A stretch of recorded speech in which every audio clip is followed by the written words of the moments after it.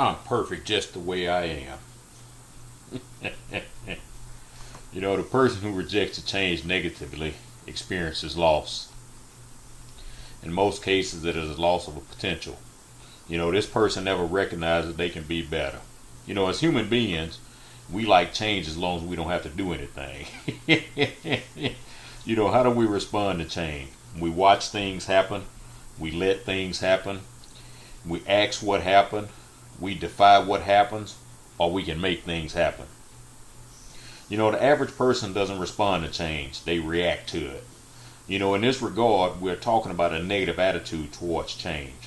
We tend to act or react emotionally first without even thinking logically about the situation. We see that throughout society all the time. When we react in this fashion, we have given a situation power over us. We're going to have to work within the framework of change so that it benefits us. Changes will happen whether we want them to or not.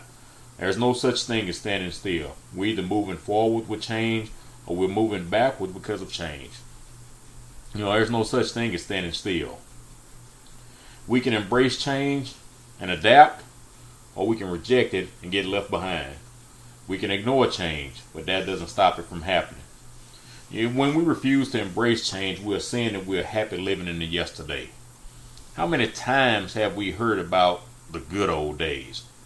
Have you went back and looked at some of the clothing we used to wear? Some of us get angry because our company changed procedures. The best thing we can do is learn a new system. Some of us get angry because our significant other wants to live a healthier lifestyle and doesn't want the old foods in the home. Some of us don't want prices to increase, but we want raises and promotion. Some of us want everything to stay the same so we can remain in our same state of comfortable misery. We say we're unhappy with our current state, but we refuse to do anything differently that led us to our current state. Getting angry because of change has some disturbing consequences. We develop stress. We become bitter. We turn on our loved ones. We blame others for our state, and we develop destructive habits. The more destructive security that we have is the one of familiarity, because we are creatures of habit. We shouldn't let change happen to us. We should make change happen before it gets imposed on us. Am I saying we can control everything that happens? Not at all. But we can make ourselves more valuable to our company by embracing a continual learning and education process in our industry. We need to study the upcoming trends in our industry so we're not caught off guard when something new comes along. Right now, I see some things that would help me in the future, and I'm studying so I can be prepared when that time comes. Those of us who prepare and plan for change are not easily surprised because we have already planned for it. Once we understand the nature of change, we're never surprised when it happens. We actually get to a point where we expect change. We're excited about change. I've worked for companies in the past who had to rebrand themselves after the market dictated it.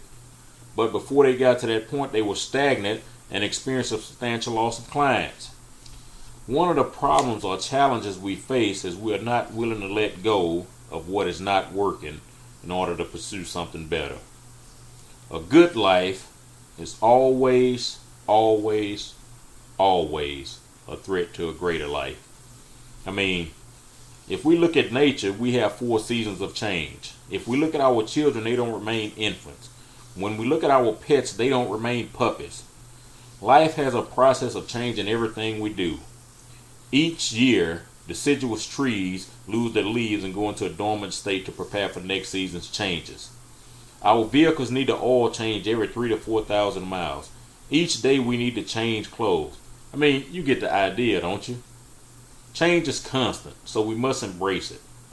Everything that we eat has a shelf life. Batteries have a shelf life. The things that we enjoy right now have a shelf life. If we're disappointed, it's because we expected something and it didn't happen, or we expected something to remain the same and it didn't. We become much stronger when we embrace changes. We become more mature because we have learned something new. Life is not supposed to be the way it's always been. We should live based on what is supposed to happen next. The best way to do that is to find your purpose. We need guidance. We need discernment to figure out our purpose. When we look at things in life, everything goes through a period of seed time and harvest time. A farmer has to plant seed and wait for it to grow into fruits and vegetables. In that process, the farmer has to water, he has to cultivate, and he has to fertilize that seed. Every now and then he gets an abundance of help from rain. Our lives are no different. We have to plant the seeds of success. We have to nurture that seed. We have to fertilize that seed. And how do we do that? We decide what we want. We read books. We attend seminars. We attend webinars. We work each day toward what we want. We start associating with people that are where we want to be in life. And when the time comes, we can pick our full-grown veggies and fruits. Practically every seed we plant in a garden takes about 75 to 90 days to grow to full maturity. Fruit trees on average take about 3 years to produce fruit. Our goals will take about the same time, depending on the goal. If our finances are in the winter season, just hold on. Spring is coming when the new blooms appear. Once we recognize that everything is seasonal, it becomes a lot easier to prepare and expect. We can't keep thinking in terms of industrial age because we have now moved from the information age to the globalization age. Each one of us was picked for our personal destiny. In most cases, it requires more than you. Before you and I were born, our destiny was already finished. Will we mess it up? Yes, we will. Does that get in the way of your purpose? No, it doesn't. Our purpose is more powerful than our mistakes. We need to quickly find out what we were meant to do. What do most procrastinators do? They do the destructive thing. Known to man, in my opinion. They say, I'll do it tomorrow. We keep living like we have forever. We don't. We can be stuck on all of our past successes, which is a bad place to be. When we do this, we have become complacent. When we do this, we stop growth for other achievements. We keep patting ourselves on the back for what we did instead of figuring out what we need to do next. If we're not dreaming, goal setting, improving, and changing, we're already on a death spiral. A lot of times we hear people, especially older ones, say that they're too old to change. We're never too old to change. What they're saying is they're waiting to physically die because they're already mentally dead. Whew. When we're through changing, we're through living. I look at some of my neighbors. They're well into their 80s, yet some of them are very active. A lot of them do more than me. In my state right now, that's not hard to do. When we stagnate, we die. When we spend too much time in front of the television, we die. I'm not saying a physical death, I'm talking about a mental death. I personally think we could avert some diseases, first and foremost, by changing our thinking, and secondly, by keeping the mind engaged in positive activities. We hear folks bragging about how old they are. Now don't get me wrong, I want to live to be an old age, but I want to live all of my years as productive as I can be. A lot of people have lived a lot of years but have done nothing noteworthy. You know, what kind of mark are you going to leave for your descendants? How many people will be better off because you live? I think that's the greatest measure of success. David Brinkley said, a successful person is one that can lay a firm foundation with the bricks others have thrown at him. Mature people use adversity to their advantage. If you're going to be successful, you will have to overcome adversity. Too many of us operate from a position of ignorance. This can destroy us when we are chasing our dreams and goals. We need to be aware of what's happening around us and to us.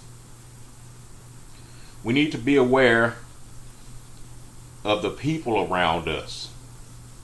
Where do you want to end up in life? If you don't know, you'll never get there. Don't become a casualty by approaching life casually.